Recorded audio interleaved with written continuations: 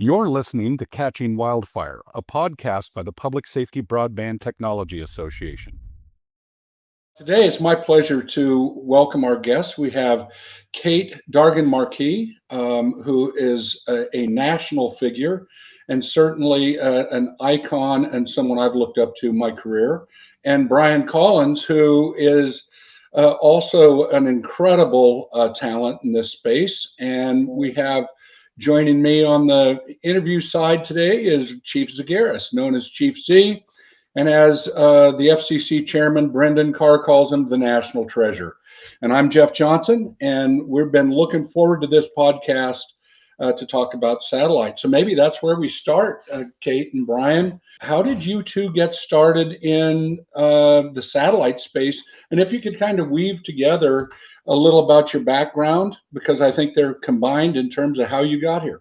I started in the world of satellites and then met Kate and found a way to merge a passion with satellites to trying to address the crisis that we have in wildfires across this country and also across the globe. So I'm Brian. It's great to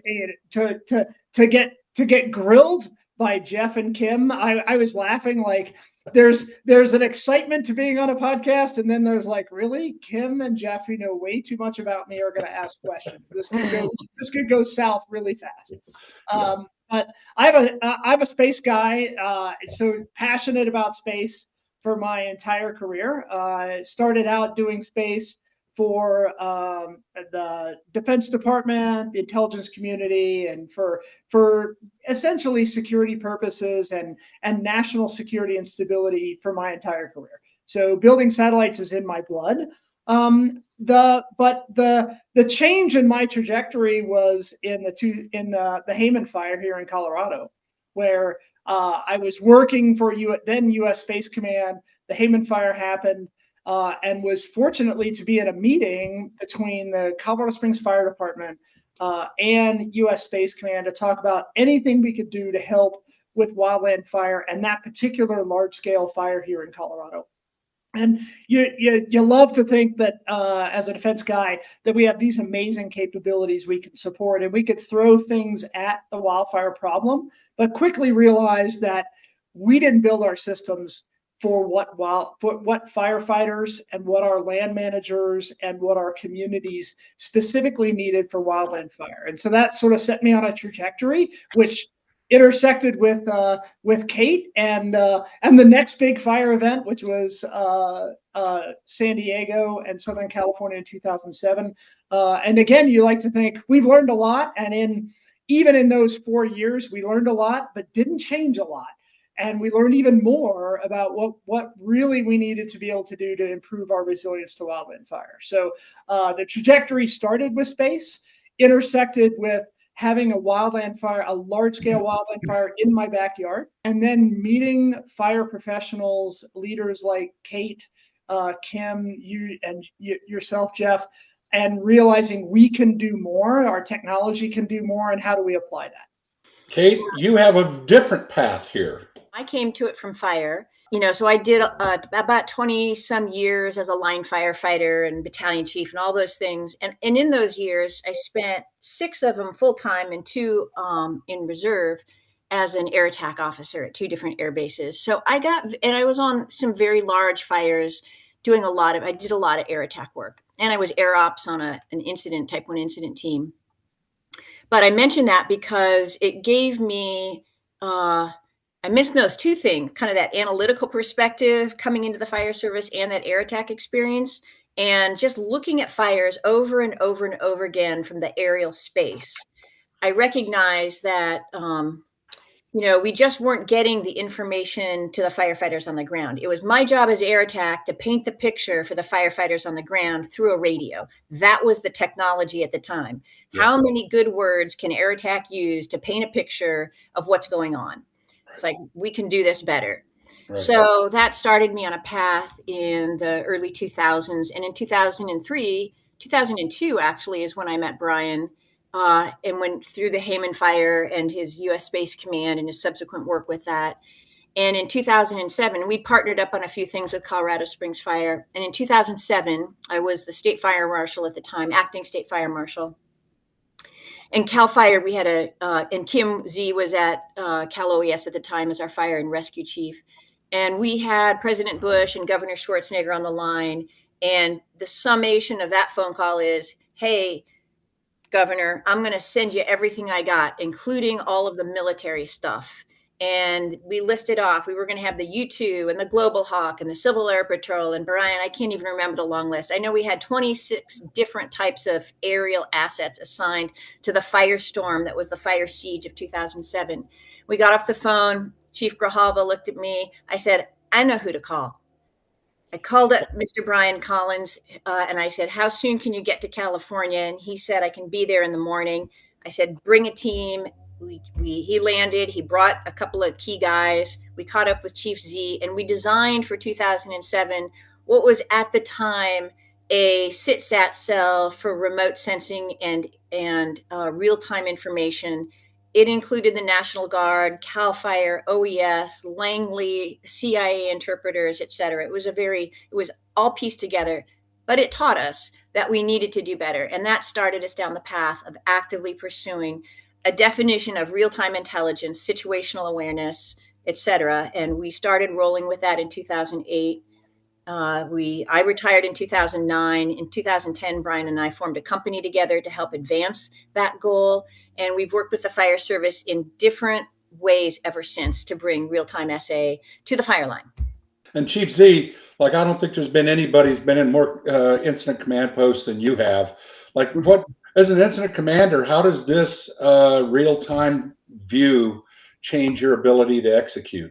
I think all of us are aware, when you're sitting at a command post, you've got, not a full vision of everything that goes on. But I think with the satellites, it gets you the ability to see really, what some of the fuels are, where the fire line really is. And it just opens up a whole nother path for us.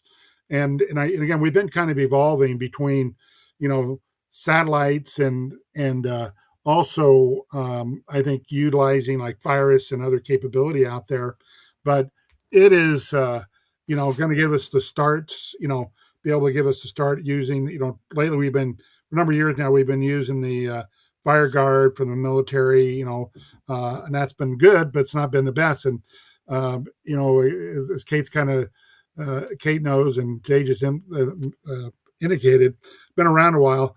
I remember when we had the snowstorms up in the Sierras one year, and we had a lot of the houses, we had the snow that was coming down off the side of the roofs and would hit the gas lines, or we would have somebody, clearing snow that would hit the propane tank. And then a short while later, we'd find an ignition source, and all of a sudden, boom, boom, boom. And we got those ignitions in those rural areas strictly off the satellites that were originally designed to detect nuclear launches or missile launches back then.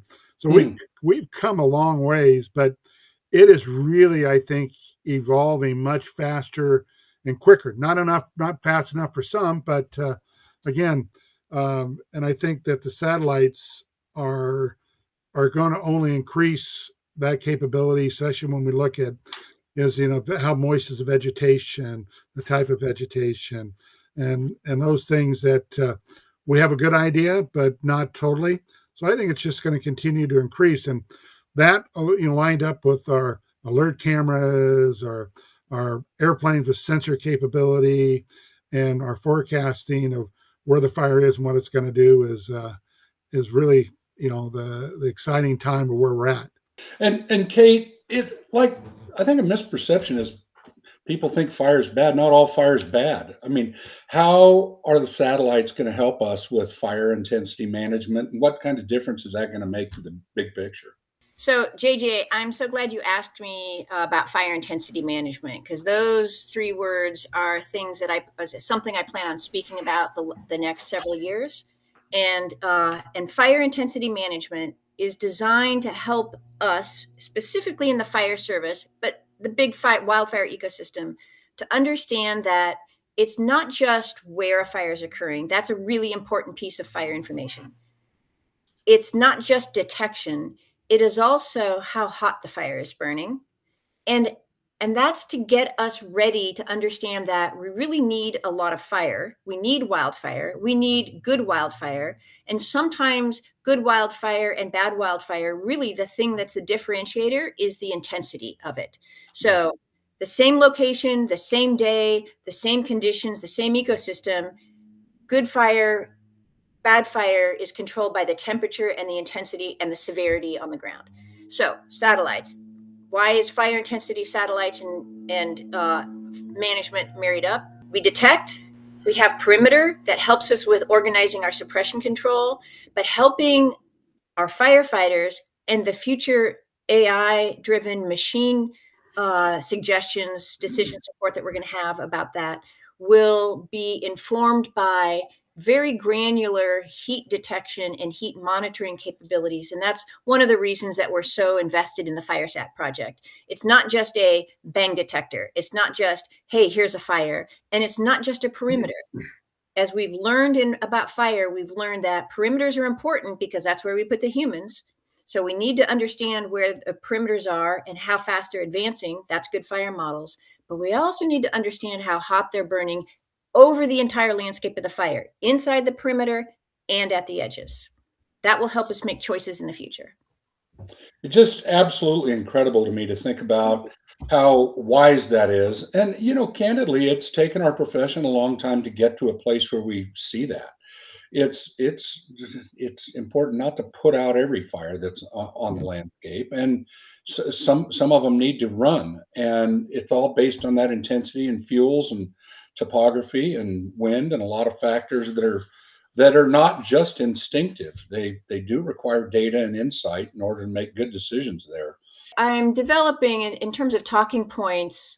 Firefighter simple, right? We want to get these complex concepts and ideas and systems into, simple ways so that we can translate them on the ground. So if you think about wildfire anywhere in this country, including Alaska, Hawaii, it's really all about the right fire, right time, right location, right intensity. If we can organize our strategy and our outcome around wildfire, around right time, right location, right ecosystem, basically, and right intensity, we will have advanced the cause. Kate, where does all the money for this innovation come from? Like, it seems like you have found a path to resource that really moves the ball forward. So how does all this work?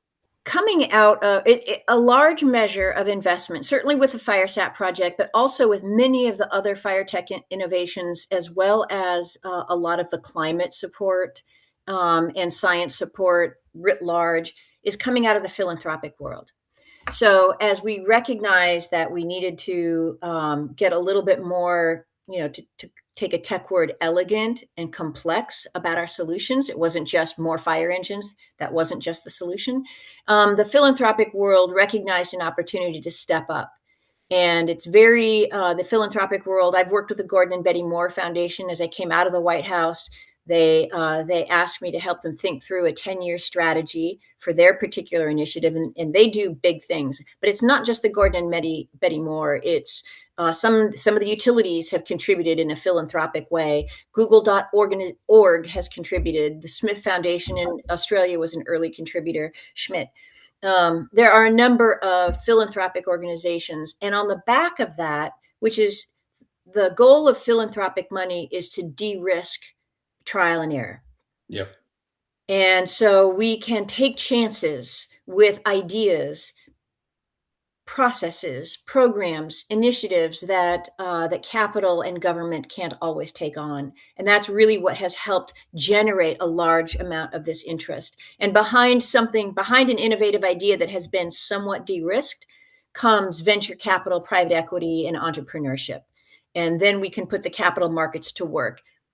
The right size solutions will find a source of funding.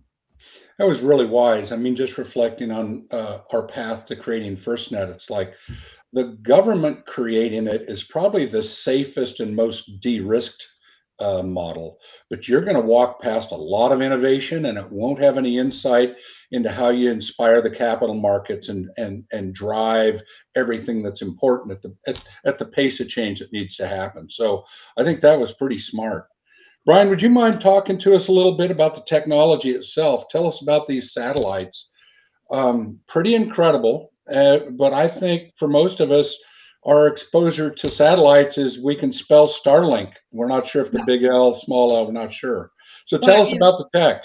Actually, just was at a big event with a bunch of cattlemen in the Midwest talking about space of all things, and realized they're heavily invested in space. If you run a large scale cattle ranch in the Midwest anywhere, you're using Starlink.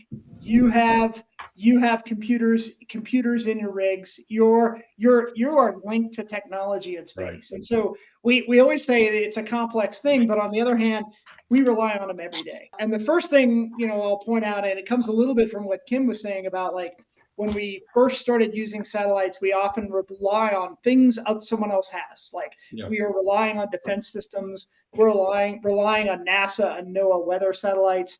And the greatest thing that we're seeing today is our space industry has the ability to build and deploy systems at a cost and scale that we never could do before for something like public safety.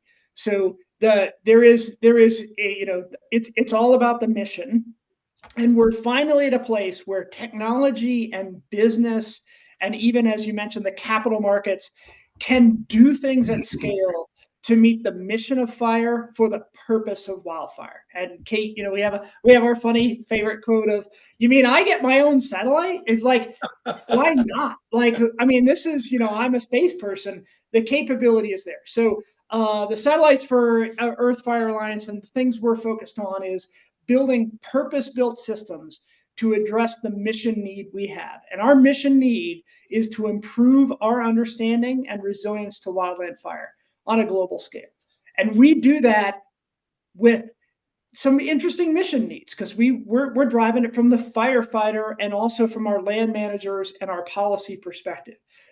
We need to understand how much fire there is on the landscape, not just big, huge, large scale, high intense fire events, but we can't put those into context if we don't know what's normal on the landscape.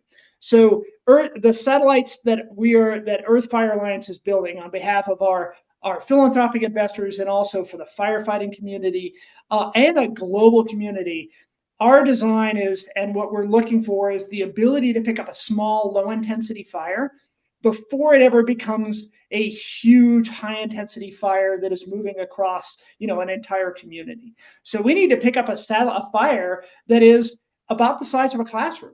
And it's a grass fire, like, because if all I ever pick up is a huge, intense fire, then all I learned what is a big fire. I never learned how to manage a fire from a small fire that will become big, what conditions a fire moves from a low intensity to high intensity. So the satellite systems that we are deploying today and that our industry enables us to build is a system which allows us to look at fires at a very low intensity. We also can look at them across their entire life cycle, so we can see a fire through smoke. We can see a low intensity fire in canopy. We can see the difference between a hot rock and a fire. We can tell the difference between a solar farm, which produces a lot of glint, and a fire. If the system isn't built correctly, we can't tell those differences, and we result in sending firefighters off to fires that don't exist. We don't understand a low intensity fire and how much fire there is. So Earth Fire Alliance, we're building a series of satellites. We've already got one up today. There are 3 in the barn that are going to go up in the first 3 in a train that will go up in June. And then we continue the process to build out the constellation so we can see fires across the planet at a very high cadence, and very small fires, because we want to see them move. But we, most important, want to know, is that a real fire? We also want to know, is it a low intensity fire? Is it a fire that we should allow to burn so that we can give firefighters the option to make the decision they need to make? So we're all part of responding to wildland fires. We want to give firefighters the option, and our decision makers, to make their decisions. if all we can do is respond to a large fire, we've reduced the decision of a battalion commander or a battalion chief when they show up at a fire, because they're basically triage. But if we can give someone a decision that says it's small, it's moving, what do you do about it? Do you need to go direct? Do you go indirect? Is it something that we can monitor? Is it a fire we must intervene? Firesat is designed for that decision process. And it is designed not to take away decisions from our fire community. It's designed to give our battalion chiefs options to make better decisions and not be forced into one decision, i.e., we have to evacuate because we didn't understand it beforehand. We want to give that battalion chief, that first arriving battalion chief, that first arriving unit, the option to make the right decision rather than force them into a narrow decision cycle. And I'm interested in really a couple things, like, probably the primary question is, how are these things going to detect it? There must be, hyperspectral sensors or something similar. But then there's a whole lot of issues that I'd like you to comment on in terms of how do you move that information to the right place? There's 36 counties in Oregon. California's got a ton. And each one of these has their own PSAP, and maybe that times 3. So first, it's how intense is the fire and did you discover it? Second is there a permit for it? Because not all fires are a reportable incident. And then you got to move it to the right PSAP and get the equipment moving right. So maybe you start off and talk about detecting it and how you see it moving. Then I'd like to hear from Chief Z about how he sees that hitting the various PSAPs and what happens to it after that. Something I like to tell, the technology is great. We're going to detect a lot of fires. So I'll use the example in the 90s when we first started relying on the NASA sensors, MODIS sensors to detect fires.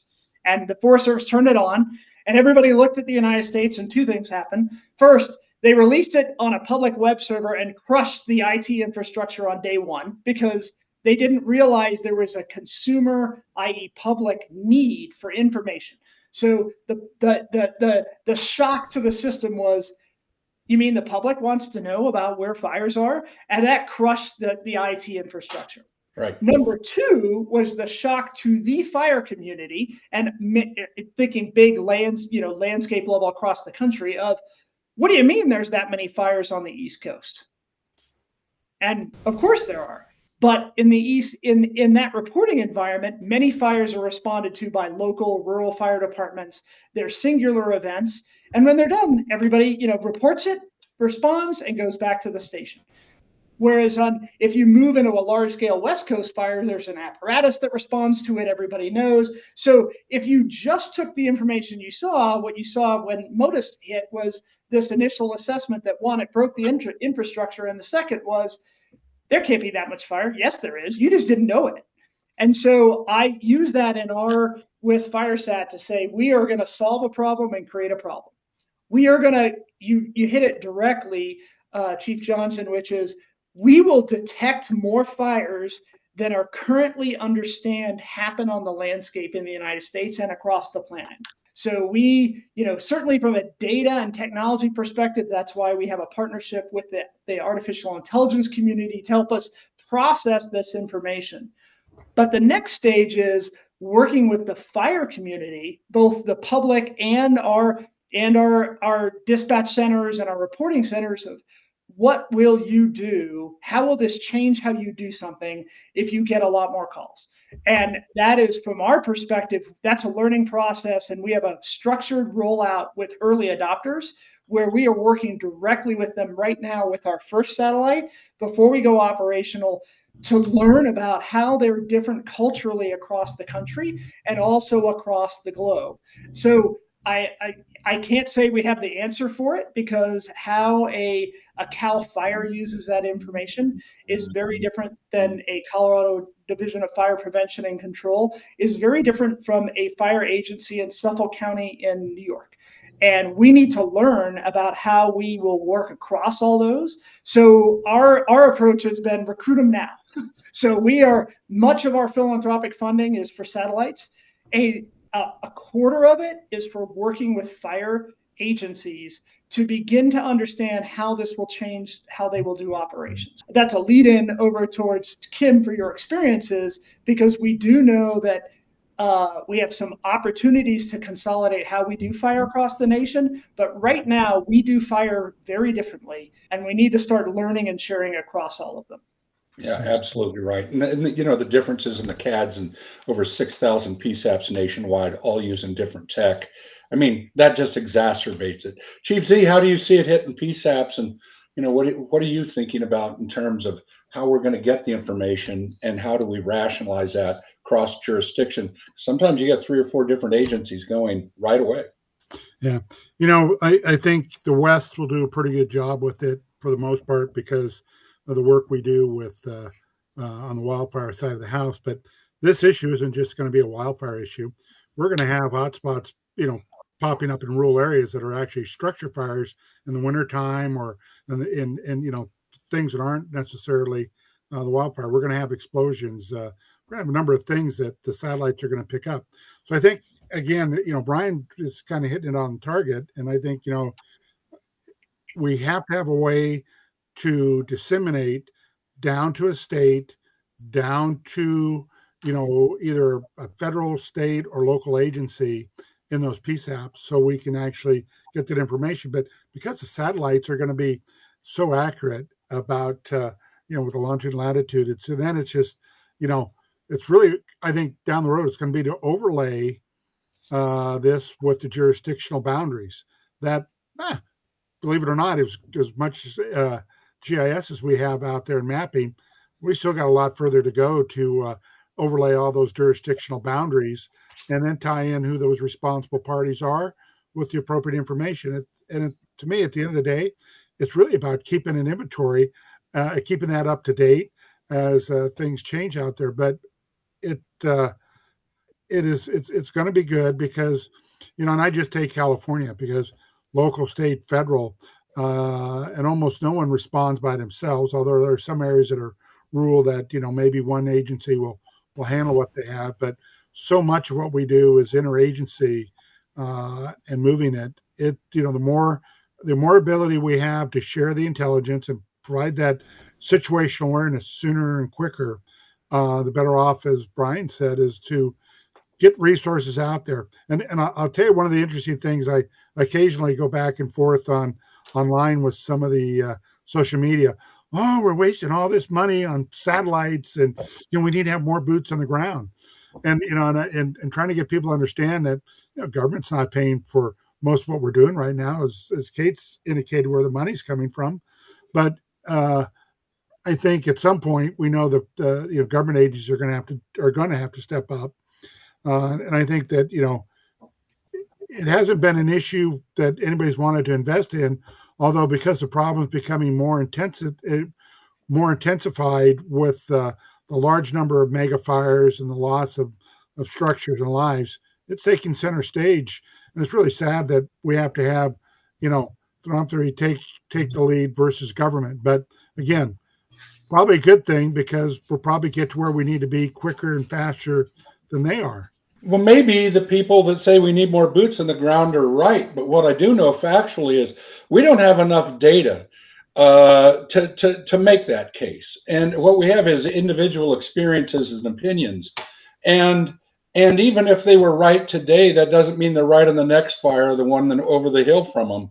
And what I'm really thrilled about here with this vision is it's going to give us situational awareness. It'll give us better data. It'll allow the incident commanders from these various fires to make better decisions about what we're doing and why we're doing it and what do we put at risk and what happens if we leave fire on the ground and how quickly we will discover it. I mean, number one, it relieves cognitive load, but it really improves situational awareness so that our incident commanders can make smarter decisions. Maybe it is more boots. Maybe it's night flights. Maybe it's 100 things that are in the incident commander's handbook. But we'll have better awareness. If this didn't work, it wouldn't work on the battlefield. And no one wants to fight a battle without satellite situational awareness, because this is our battlefield. I think we're going to circle back to, like, Kate, you know, we've all been doing this and thinking about these thoughts for quite a long time. And I remember when Kate and I were pitching, we're describing shaping the battle space, which is a concept we get from the military, which is, I'll summarize it to the Marine version since I'm a Marine, which is no one wants to have a fair fight in a bar fight. Like you're in a bar fight, I get it. If you're in a boxing match, you want a fair fight, right? But if you're in a bar fight, the last thing you want is a fair fight, right? So so it's a funny anecdotal story, but if you think about shaping the battle space and giving our first arriving units the prospect for success, you want to give them the best prospect for success. You want to give our communities, when they're faced with a wildland fire, the best prospect for success. And that is everything from mitigation to early information to decision space. Decision space is this term, like, how do you open up decision space? I think that's really what you're driving to. And Kate, so I wanted to sort of lean it over to you, since we were part of those discussions, was how does more data is scary, but how does that increase our ability and our options for decision, and why is that important? Well, I could go back to one of the first PowerPoints I ever had to build, Brian, back in the early aughts, shaping the battlefield. It was when I learned to be good at PowerPoint, was the presentations that we made. There's a lot of directions that particular question could take. So what we are going to evolve into as we get some of the first recommendations that I expect AI to spit out for us, once we get all the big models built, we get the large language models for fire refined, we get the imagery models built, we hook the good AI thoughts together and let them chew away on their co-developed algorithms from one machine to the next. I fully expect one of the first things it's going to tell us is, hey, dummies, it's about what you do before the fire starts. That's what's going to make the difference. And AI is going to be like, hey, AI is telling us we better invest in pre-fire stuff. And it will treat it like it's new information. So yes, there's a direct line through with how we prepare, quote, the battlefield. And, I'm okay with using the warfighter analogies for the firefighting problem set.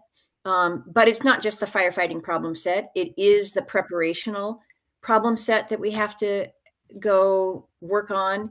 And there's a pretty big cultural conversation going on in the wildfire ecosystem these days, which is who are going to be the fire lighters and who are going to be the firefighters. Do we need to build systems that are for the fire lighters, the people who are trying to make good fire happen, and then we use a whole different system for the firefighters who are trying to make fire stop and go away every time they roll out the door? Or should we be melding those two systems together so that a fire lighter and a firefighter is really about what they're choosing to do on any given day, and they're all part of one system? And I include in the idea of fire lighter the preparatory work that we're doing so that we can put good fire on the ground in a way that's acceptable to our communities. And once we have cracked that particular nut, which is community, a sense of a legitimate sense of security and community, and a unified system of fire lighter and firefighter, we will be what I think of as over the biggest hump toward solution momentum. And so that's a particular thing that I hope that Firesat, the Earth Fire Alliance. I'm going to go back to your discussion, your question, Jeff, a little bit ago about the distribution problem of the data. Like how do you plan on getting all that good data out there? And I do think this maybe leads us towards some of our futuring discussions as part of this podcast, but we're going to have to build a digital infrastructure and this isn't just fire, but in the fire space, we'll rebuild the digital infrastructure just like the Eisenhower highway system. Yeah. We cannot jam the future into our current digital infrastructure. We have to redesign that digital infrastructure for the fire service. And that, I think, is going to be quite apparent in the next 10 years that, yes, we do have thousands and thousands of PSAPs and the hundreds pluses of CADs and all of the questions about interoperability. And we're going to conclude that we just can't stuff it all into the existing system and make it work. I'm so glad you brought that up, just so it allows me to get on my soapbox.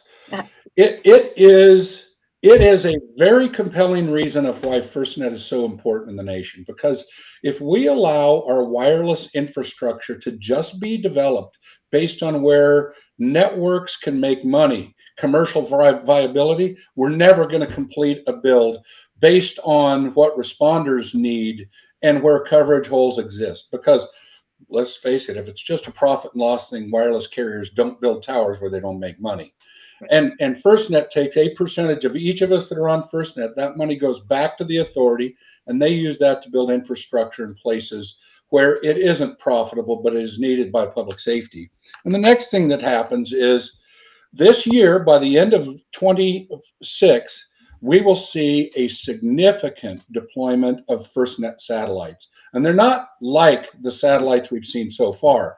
They're satellites that talk directly to your FirstNet cell phone. So no, you don't have to switch it on Wi-Fi and hook it to your Wi-Fi link for your panel. That's some of the things we're doing today, and that's fine. But these are satellites that talk directly to phone. In fact, my phone won't know if it's a cell tower or a satellite. And that will cover the rural, frontier, and wilderness area like we have today. Now, its capacity is going to be limited, meaning you can't run a big fire camp off a satellite like that. We're still going to need terrestrial assets. We're going to need cows and colts and all that. But early in the incident, the first significant tranche of people are going to have connectivity over FirstNet via satellite. And that is incredibly important. And then to tie together, Kate, kind of your point about we have a lot of work to do on the ground, not just the emergency industry. We have a lot of work to do on the ground. And in Oregon, the Western Fire Chiefs partnered with the state of Oregon. We have a statewide burn permit process that's digital. So if you're in any jurisdiction in Oregon, you're going to do a burn permit, you get on the Western process, you put it in there, any agency can see it, and guess what? You can see it, and it's integrated. So if every state had that approach, now you can take the data that's coming off the satellite, you have a detection, you get to rationalize it, that's a permitted fire, no it's not, you have a local contact, and it starts to overcome some of these problems. But we have a lot of work to do in Next Gen 911, a lot of work to do in the PSEP connectivity and dedicated connectivity to it. And we're doing so at a pace that's happening very quickly. So maybe what we do is I ask each of you what you see coming that might be over the horizon and no one has a view of. So Chief Z, let me start with you and we'll work around. I think realistically, over the horizon, there are items we don't even know yet. And I mean that wholeheartedly, is this that things are moving so quickly. And I think we had a chance to look, but, the Russians were developing a new tool to send up to space to, kill the satellites out there.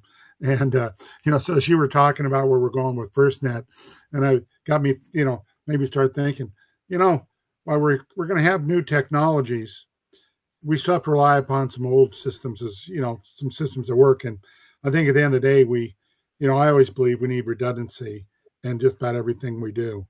Technology only gets us so far.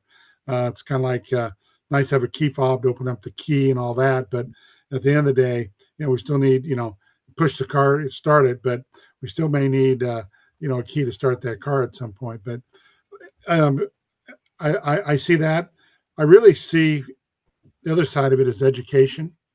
And again, kind of like I said earlier, we've got people, where we're spending all this money on tech.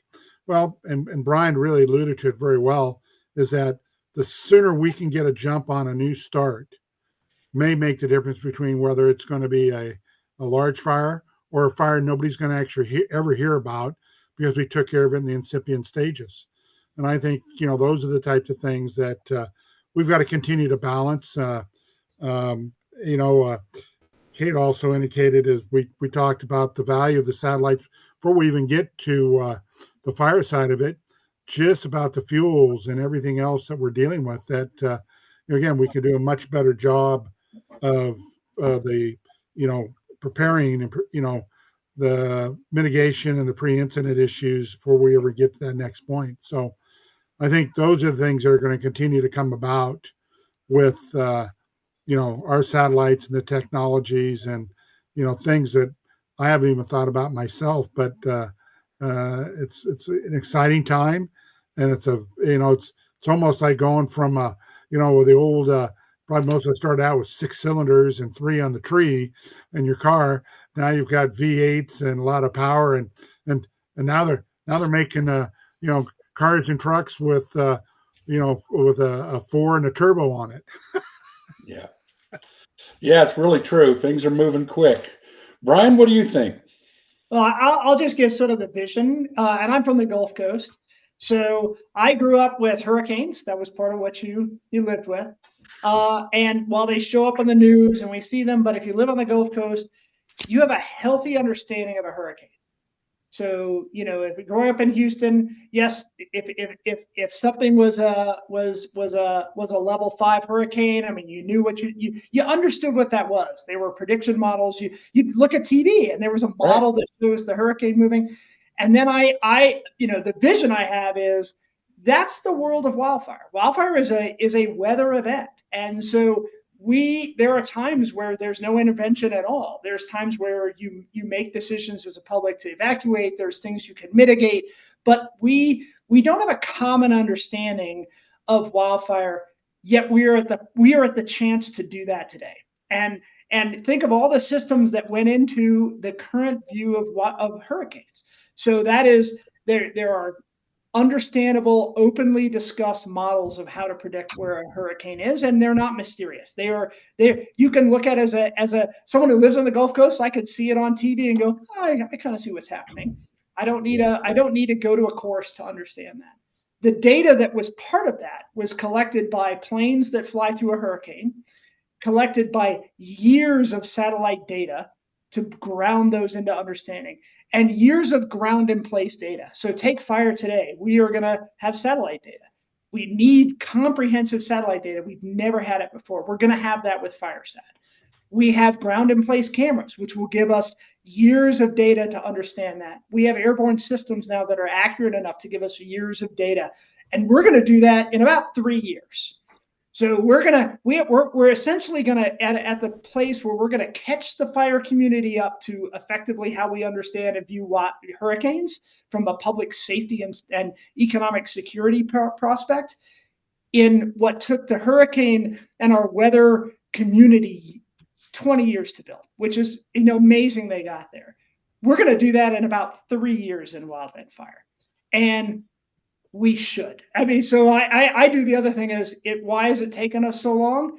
That's a big policy question of funding and emphasis, but I can say we're committed to doing it today. We're doing that with our philanthropic partners, public-private partnerships, and the will of even at the national level that we've decided to change how we're going to address wildland fire at a national level. These opportunities are all happening right now, and in about 2 to 3 years, we should be in that place. So I look to the future of that's my vision is we should have that level of awareness. The public should be able to not fear smelling smoke. We should be able to understand, smoke is part of our landscape.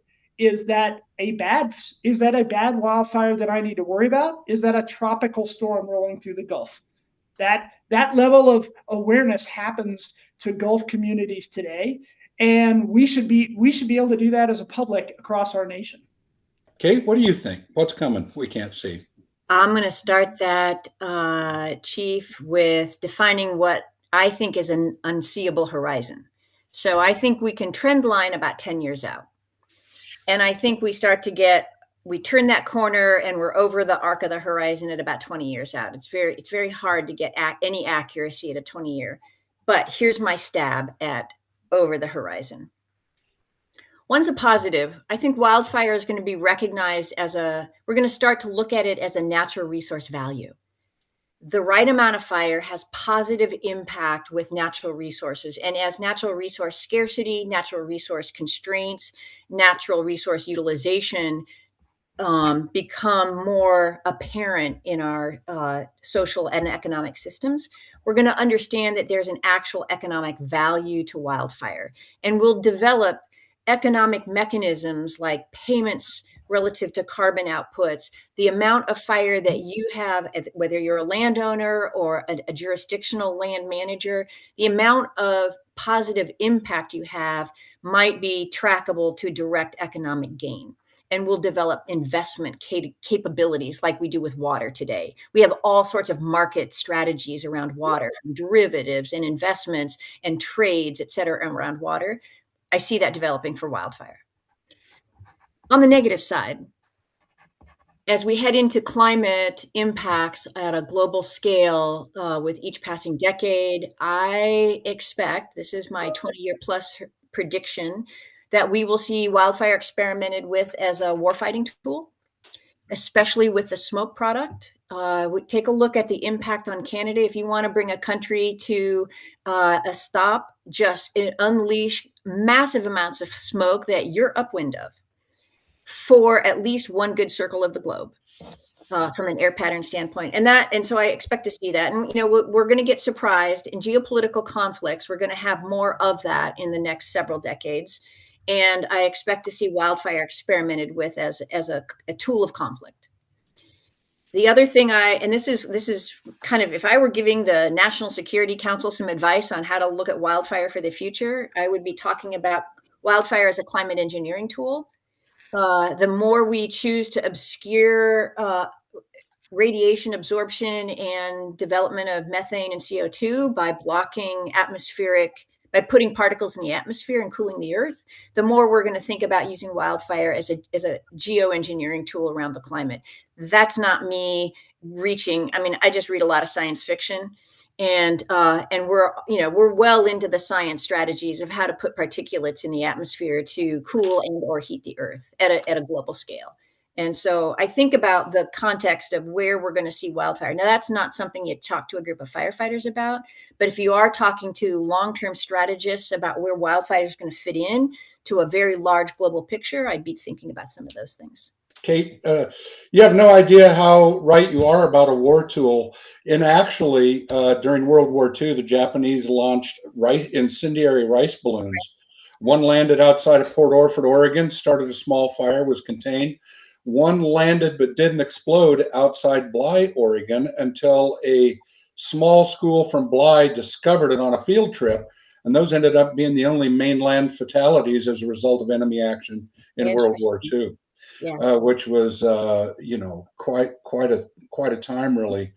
As I think about this, it's like I have such an appreciation for those of you that can think big and way ahead of where our industry thinks. I think I'm going to just stay in my communication space, kind of have that down. And at the end of the day, here's the best thing we have going for us on the comm side. Unless this information, thinking, data, calculation can reach the user using communications, we're in a vacuum. So, man, do we need this? And I do see the criticality of satellites to not only what you're talking about, but communication. I just want to thank the three of you for decades of investment. A lot of people chose to use their time off to play golf. The three of you may have golfed, but you dedicated yourself to this profession in ways that many people have no idea about what it takes to just live this stuff day in and day out. And frankly, the three of you could have quit a long time ago, and you didn't. You continue to contribute, continue to make a difference, not only in the United States, but worldwide. So on behalf of the Fire Service and FirstNet, thank you all three. Thank you. Thank you, JJ. Likewise. Thanks to all of you as well.